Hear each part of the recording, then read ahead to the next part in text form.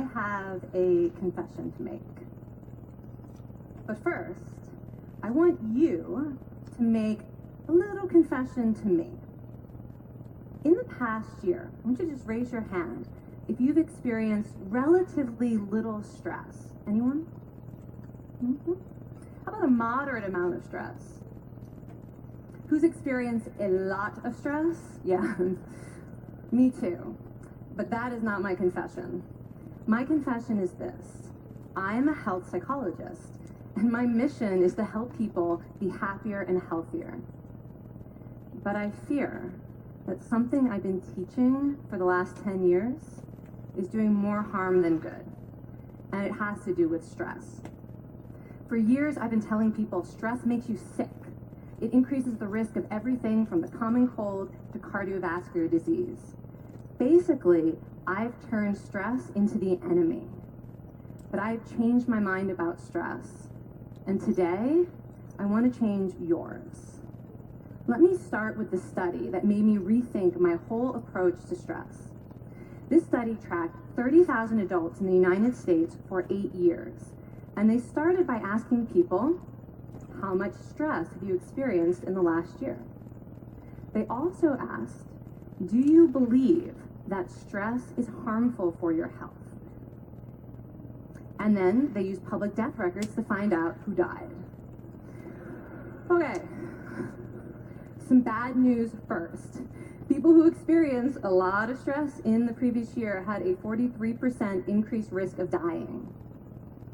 But that was only true for the people who also believed that stress is harmful for your health.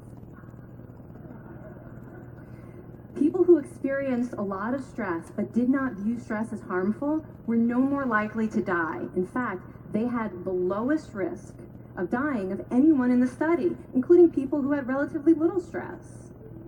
Now, the researchers estimated that over the 8 years they were tracking deaths, 182,000 Americans died prematurely, not from stress, but from the belief that stress is bad for you. That is over 20,000 deaths a year. Now, if that estimate is correct, that would make believing stress is bad for you the 15th largest cause of death in the United States last year, killing more people than skin cancer, HIV, AIDS, and homicide. You can see why this study freaked me out. Here I've been spending so much energy telling people stress is bad for your health. So this study got me wondering, can changing how you think about stress make you healthier? And here the science says yes. When you change your mind about stress, you can change your body's response to stress. Now, to explain how this works, I want you all to pretend that you are participants in a study designed to stress you out. It's called the social stress test. You come into the laboratory and you're told you have to give a 5-minute impromptu speech on your personal weaknesses to a panel of expert evaluators sitting right in front of you. And to make sure you feel the pressure, there are bright lights and a camera in your face, kind of like this. And the evaluators have been trained to give you discouraging nonverbal feedback, like this.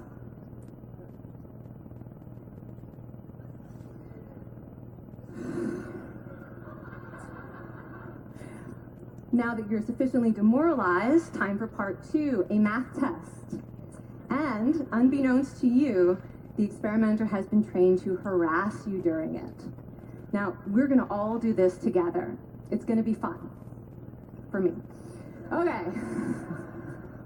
I want you all to count backwards from 996 in increments of 7. You're gonna do this out loud as fast as you can, starting with 996. Go. Go faster. Faster, please. You're going too slow. Stop, stop, stop, stop.